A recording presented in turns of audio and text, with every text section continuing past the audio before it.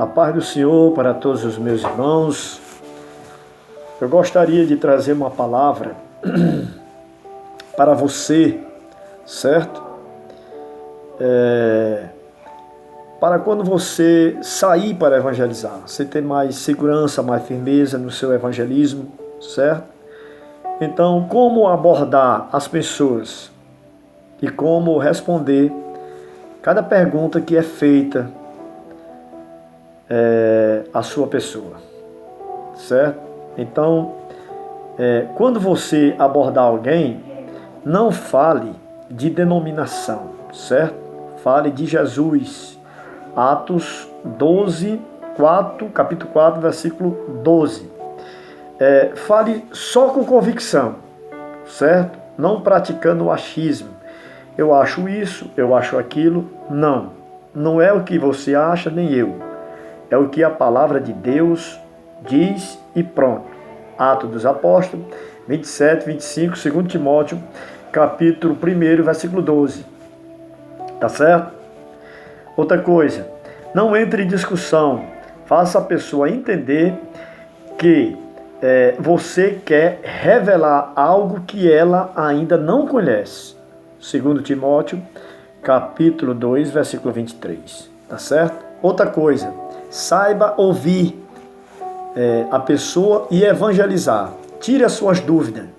Seja educado. Não ocupe a pessoa com favores. Por exemplo, pedindo água ou aceitando qualquer tipo de lanche, porque senão vai lhe desconcentrar. O evangelismo não vai ter assim um resultado positivo.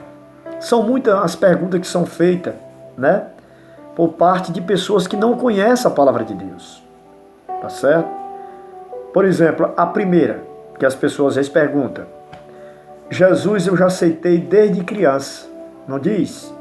Aí a resposta disso vem em seguida. Você tem que responder da seguinte forma: na verdade, enquanto alguém é criança, não há condenação por causa da inocência, mas quando sai da inocência e passa para a consciência, aí vem a prática do pecado. O mesmo separa Deus, o homem de Deus, Romanos 6, 23. O convite feito por Jesus em Mateus 11, 28 não foi feito à criança, pois o que causa isto é o pecado, e ela não tem pecado. Então essa é a resposta que você deva dar para aquela pessoa, tá certo? O que é que diz Romanos 6, 23? Porque todos pecaram e destituídos estão da glória de Deus. O que é que diz Mateus 11, 28? Vinde a mim os que estáis cansados e sobrecarregados, e eu vos aliviarei. Então uma criança na sua inocência, ela não sabe o que é o pecado. Agora quando ela passa para a consciência, aí sim, sai de uma dimensão, entra na outra, aí ela precisa de um Salvador. A segunda pergunta é: nasci na religião de meu pai e nela morrerei. Não tem gente que diz? Aí a resposta é: quando Jesus ensinava os fariseus, os quais eram radicalmente religiosos, ele disse: vós invalidaste o mandamento de Deus com a vossa religião. Mateus 15, 6. Ele estava declarando que a religião não salva.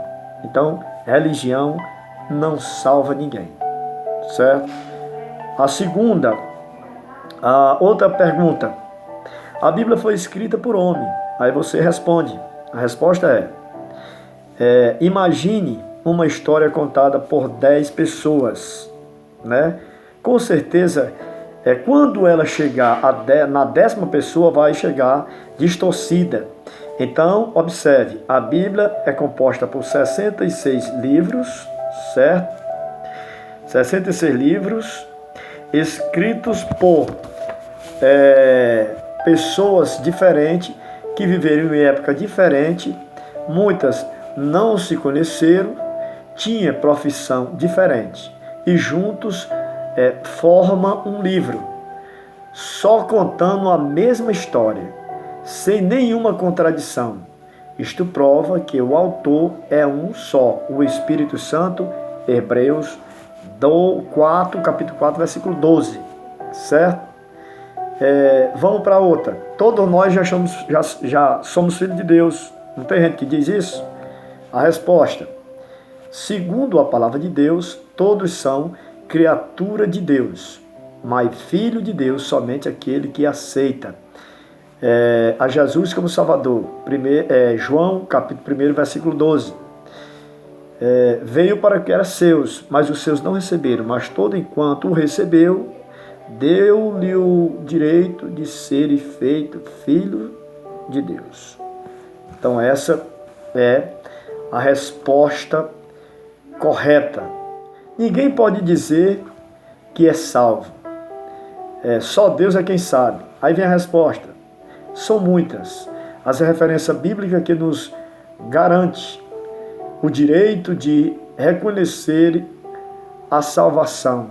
Mas vamos citar uma, Efésios 2:8. E tem tantas. Porque a mensagem da cruz é loucura para os que perecem, mas para nós que somos salvos é o poder de Deus. Então, quando você for evangelizar, use sempre, certo,